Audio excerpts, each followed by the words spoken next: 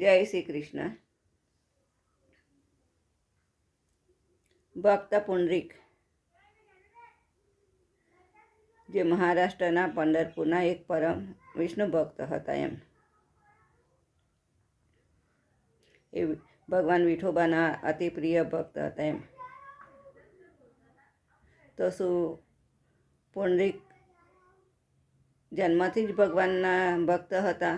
એમને ભગવાન પ્રત્યે આસ્થા હતી તો કે ના, નાનપણ તો એમના માતા પિતા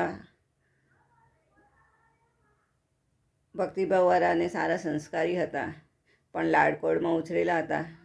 એટલે તે વખતે પુંડરીક છે ને, તો માતા પિતાનું કહ્યું ના માને, અવળા રસ્તે ચાલે, એવા બધા દુર્ગુણો કહે ને તો પણ ચાલે. પછી સમય જતાં માતા પિતાએ એમના લગ્ન કરાવ્યા. તો લગ્ન કરાવ્યા તો માતા પિતા પછી એમની ધીરે ધીરે એમની પત્નીનું કહેતું કે એમની પત્ની જે કહે એ કરવા લાગ્યા. તો પત્નીની સાથે રહીને માતા પિતાને દુઃખ પણ આપતા, માતા પિતા પાસે કામ પણ કરાવતા.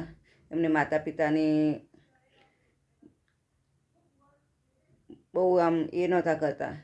પણ સમય રહેતા પછી એમને જ્યારે એક વખત ભાન થઈ ગયું કે એમના માતા પિતાની સેવા કરવી જોઈએ અને માતા પિતા આપણું સર્વસ્વ છે એવું, પછી ધીરે ધીરે એમણે માતા પિતાની સેવામાં કરવા લાગ્યા કે માતા પિતા નવડાવવું, ધોવડાવવું, સ્નાન કરાવવું, એમને 2 ટાઈમ ભોજન કરાવવું અને ધીરે ધીરે પછી એમની ખ્યાતિ એટલી બધી થઈ ગઈ કે પુંડરીકનું માતા પિતાની આટલી સેવા કરે છે તો ભગવાનને પણ એવું થયું કે સાચે જ પુંડરીક આવા છે, તો લાવ હું પણ દર્શન કરવા જાઉં.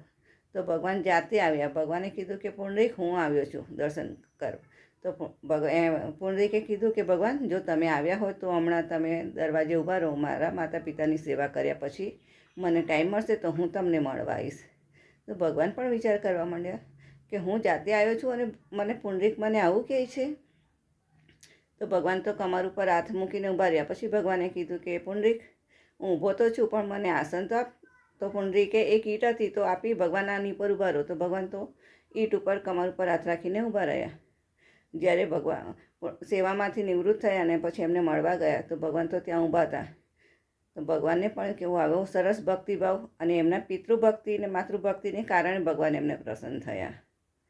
અને આજે પણ ત્યાં પુંડરીકના નામે ભગવાન જે દર્શન કરવા ગયા હતા અને જે હાલતમાં છે એ જ હાલતમાં એમની મંદિરમાં પણ એ જ મૂર્તિ છે. તો આપણે પણ આવી જ સેવા કરવી જોઈએ માતા પિતાની, આ સંદેશ આપે છે. જય શ્રી કૃષ્ણ.